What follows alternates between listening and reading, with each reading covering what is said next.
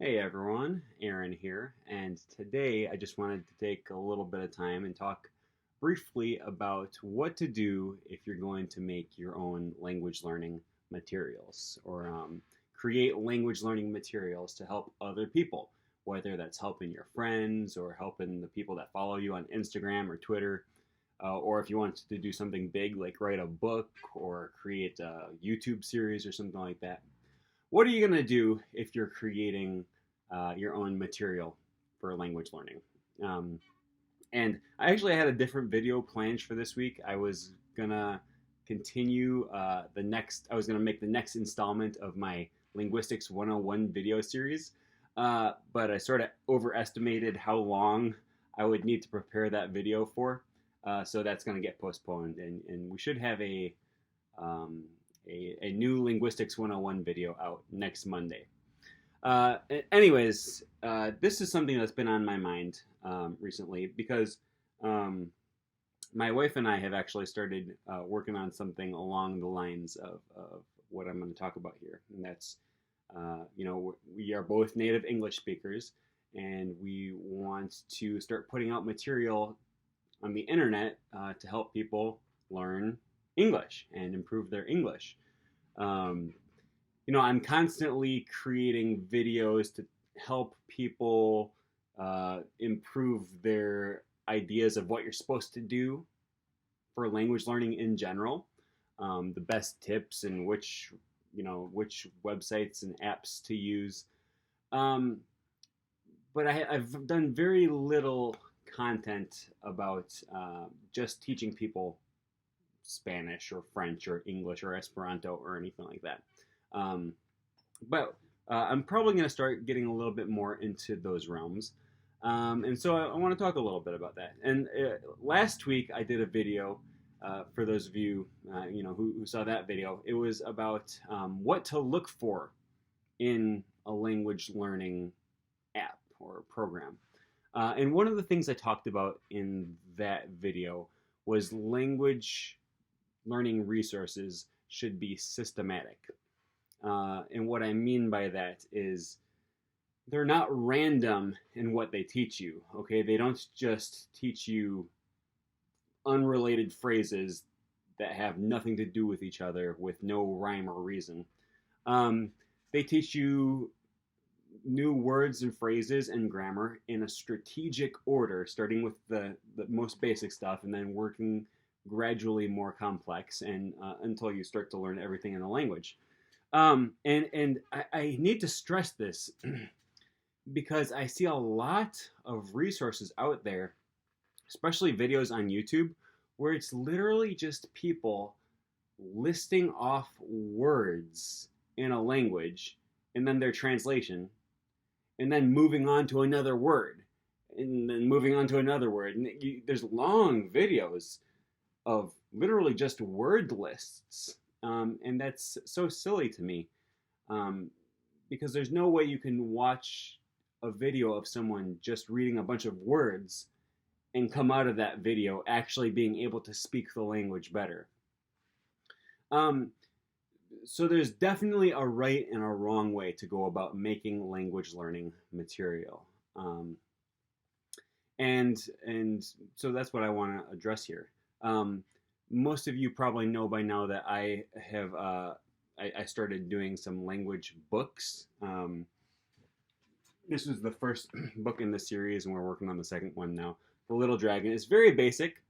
It tells one story 3 times, and it starts off with essentially absolute beginner story. It's like a picture book, and then it tells the same story again.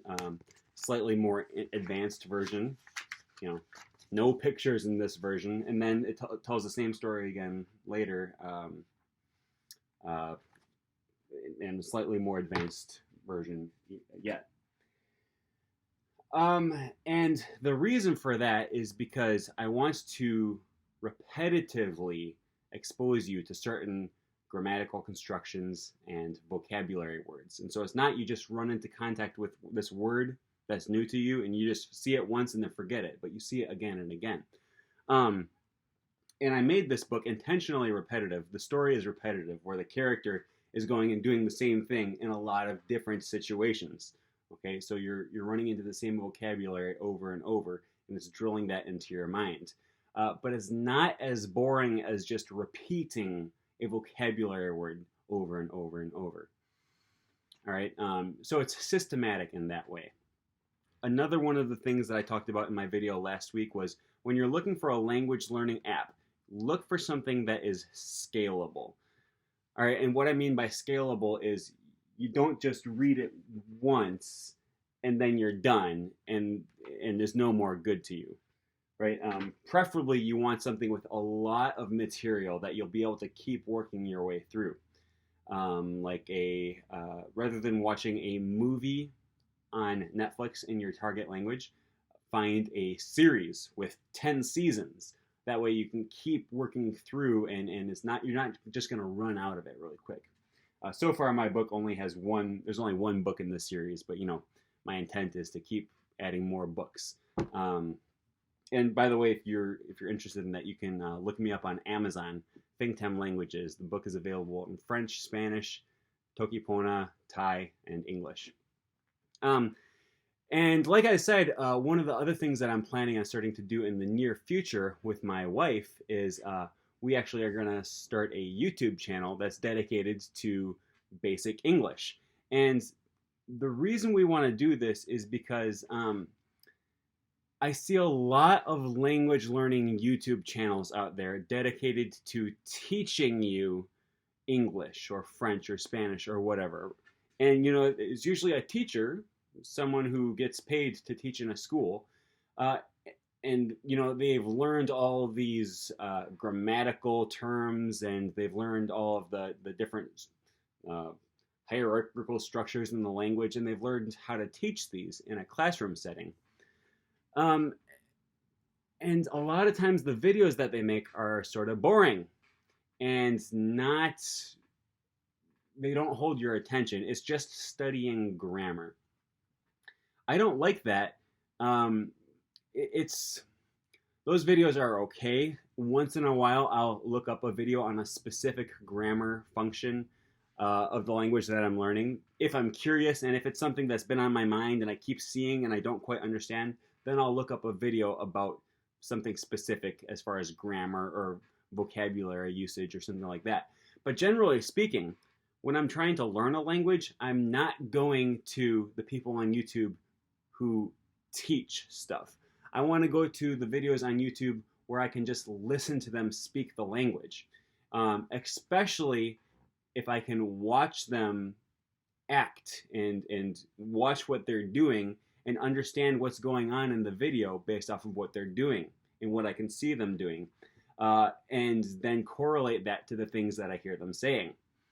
That's a really big context help for me, because even if I don't necessarily understand all of the words that they're saying, if I can watch the characters do whatever they're doing, I can usually understand then what the word means.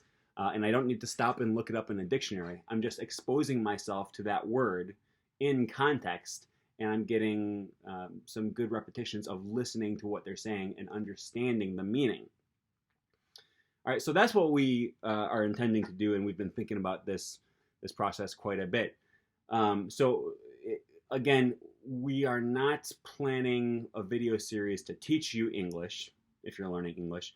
We're planning a video series that you can just watch and hear English and understand English and follow along with a story that is entertaining or at least a little bit funny and can hold your interest more than just someone listing off a bunch of rules and giving you exercises.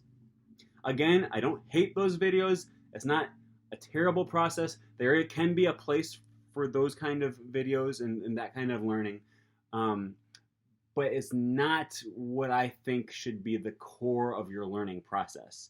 Okay, that should be sort of an aside thing and sort of a last resort when you can't figure out how to use certain words and phrases. And then you can come back to that later and learn those things that way. But the bulk of my learning takes place in just absorbing input, watching and listening a lot. Which is very similar to the Link mini stories. Most of you know I've talked about Link quite a bit. I'm a big fan of Link, and for those who don't know, that's Lingq. It was devised by Steve Kaufman, who's a pretty famous polyglot online. And Link is great because it's very scalable. It starts off pretty easy for the basic beginners, and then you can take it all the way up to C2 level. You can import novels and history books and things like that into Link, and then you do your reading in your target language on Link. But the mini stories that they start you off with in Link are really nice because they are quite systematic. They repeat like the key vocabulary and phrases over and over multiple times in each story. And each story does get told from more than one point of view. So first you'll have Michael, and you hear how he's a cook, and he goes to work, and he gets to meet lots of customers, and you hear about Michael's daily life. And then it switches perspective from the third person talking about Michael to Michael talking about himself. I'm a cook. I go to work at 7:30 every morning, and I talk to customers. So you're getting the same story from a different perspective, and you're getting to see how that changes depending on the person speaking in your target language. And then the third part of every story is questions. And it's not necessarily questions to test your understanding of what you read. It's questions to familiarize you with with how questions are formed in your target language. And it gives you a little bit more repetition with the same vocabulary words and phrases that you were already exposed to in the first story. It also kind of reminds me of a book that I read in Esperanto called Gerda Malaperis. It means Gerda disappeared. And it's like a mystery novel, kind of. And the really interesting thing about Gerda Malaperis is that it starts off very basic. It actually starts off more like a play than a novel, because, in a play, it just says the person's name, and then it says their line. Okay, and then the next person's name, and then another line. And it's not very artistic to write a book that way, but it's very clear, which is excellent for beginners. And then as you progress through the book, it gets less repetitive, it gets less entry-level beginner, and it grows with you. It grows as you progress through the book, and it becomes more complex and more advanced, and the plot starts to intrigue you. So you're no longer just reading a script in order to familiarize yourself with your target language. You're actually starting to get intrigued by the plot of the story. And so that's actually a fairly common book in the Esperanto world for that reason. But it's because it's systematic, and it starts you off basic, and it scales up as you go through the book. So those are just some things that you can think about if you have any intention of creating language learning materials for your friends or for your followers on social media, or on a larger scale, like if you want to sell something on Amazon eventually. Just stuff to think about, and hopefully we can start to see a turn in people's philosophy as far as how we learn languages, so that we'll see less and less material being put out there by people saying, learn a language by memorizing the rules, do lots of rote memorization, cram vocabulary words. And hopefully we'll start to see more and more people producing content that is just input. It's just reading, listening, absorbing stories, getting exposure to the language more naturally in that way, as opposed to trying to force studying down your throat, or force all of that knowledge into your brain. There's much more relaxed and easy ways to go about doing that, and that's what I would love to see in the language learning community and in the coming years. So thanks for watching, and I'll see you guys next week.